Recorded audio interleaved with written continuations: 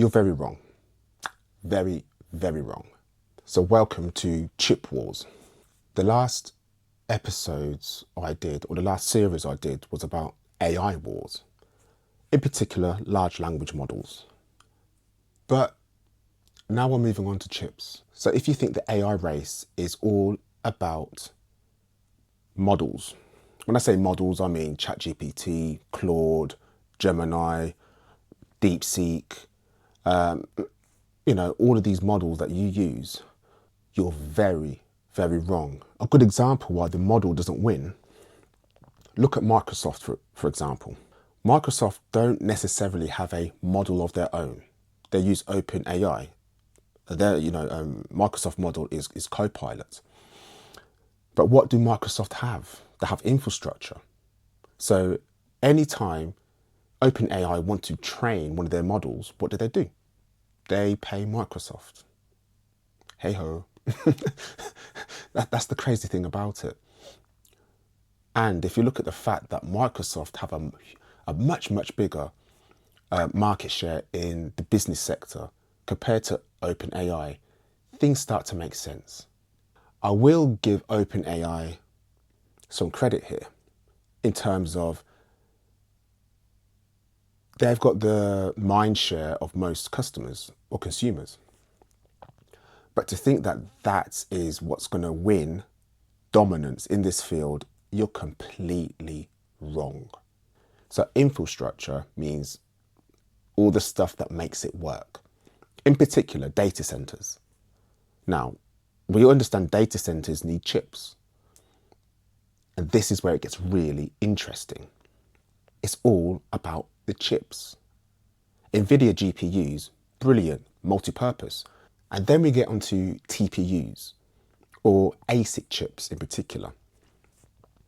They're one level better than GPUs. Why? Because they're specifically made for training AI models. Okay, fine. They're inflexible, but they can train AI models.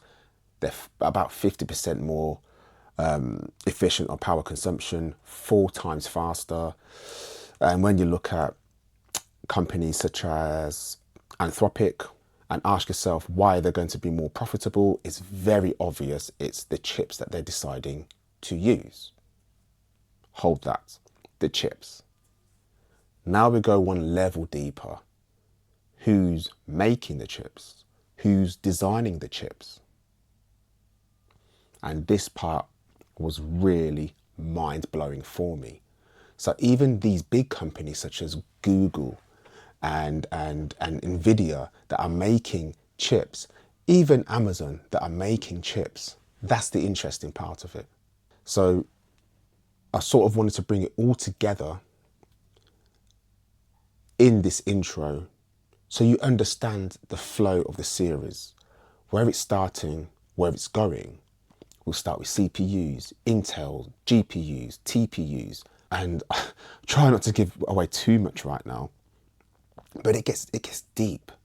It gets deep to the point where, will this start a war? Not even an AI war.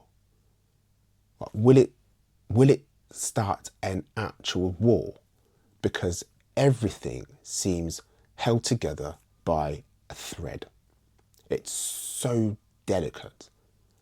And you understand why certain countries, certain companies tiptoe around each other. It is so clear why. So join me for the chip wars, where I break it down. And I share this information with you because I feel like if you understand this, you understand more than AI, you understand more than infrastructure, you understand more than even distribution. It goes deeper, much deeper than chips.